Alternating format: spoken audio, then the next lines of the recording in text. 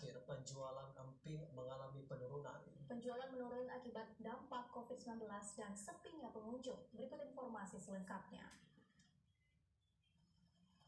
Volume penjualan di sini menurun bulan Maret, April, dan Mei jika dibandingkan bulan sebelumnya, kata Huseni, pemilik toko Arako yang menjual emping melinjo, kopi, dan beras di Pasar Penayu, Banda Aceh pagi tadi.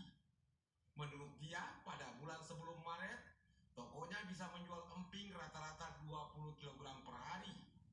Namun selama 3 bulan terakhir, volume penjualannya anjlok, hanya mampu 10 kg per hari. Penurunan penjualan oleh-oleh Aceh tersebut karena wabah virus corona, sehingga tak ada kunjungan wisatawan ke Aceh dan juga penutupan akses bandara. Satu hari adalah punya 20 kilo misalnya. Nah, sekarang udah posisinya setengah daripada itu. 20 kilo. Misalnya 12 kilo. 2 hari yang punya. Kalau misalnya bonus COVID itu 20 kilo.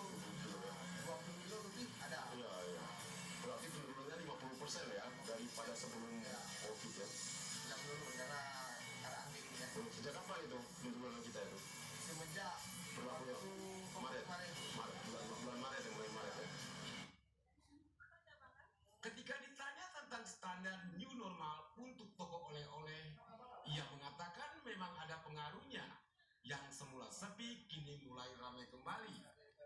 Saat ini yang tidak berpengaruh pada penjualan hanyalah beras, sedangkan penjualan kopi, emping, dan oleh-oleh khas Aceh lainnya menurun. Para penjual akan tetap mematuhi protokol kesehatan dan diharapkan agar wabah COVID-19 dapat segera berakhir sekaligus keuntungan diperoleh kembali.